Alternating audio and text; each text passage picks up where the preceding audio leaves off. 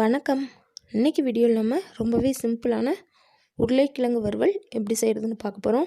இது சாம்பார் சாதம், ரச சாதம், எல்லா விதமான வெரைட்டி ரைஸ்க்கும் ரொம்பவே சூப்பராக இருக்குங்க. வாங்க இந்த உருளைக்கிழங்கு வறுவல் எப்படி செய்கிறதுன்னு பார்க்கலாம்.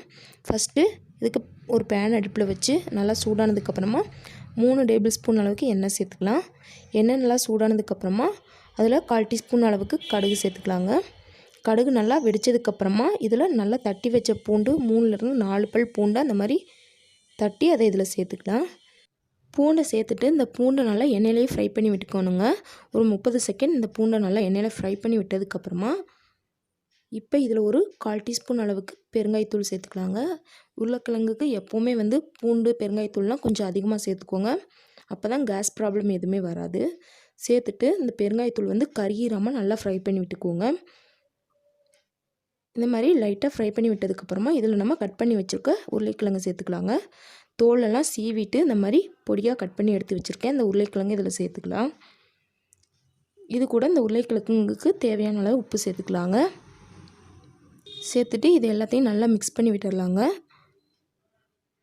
நல்லா இந்த அளவு மிக்ஸ் பண்ணி விட்டதுக்கப்புறமா இப்போ இதை நம்ம மூடி போட்டு இதை நல்லா வேக வச்சிடலாங்க.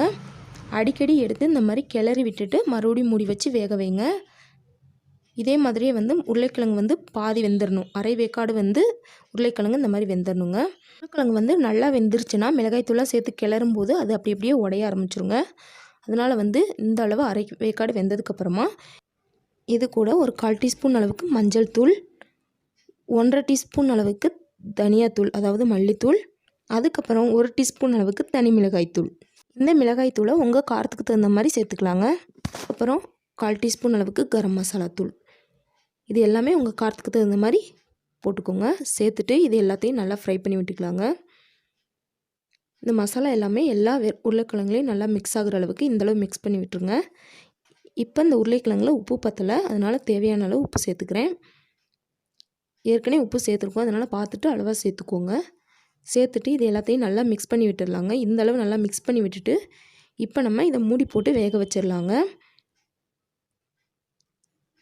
மிளகாய்த்தூள் சேர்த்ததுக்கப்புறம் அடுப்பை குறைவான தீயில் வச்சுக்கிட்டு இடையில இந்த மாதிரி திறந்து மிக்ஸ் பண்ணி விட்டு மூடி வச்சு வேக வச்சுருங்க.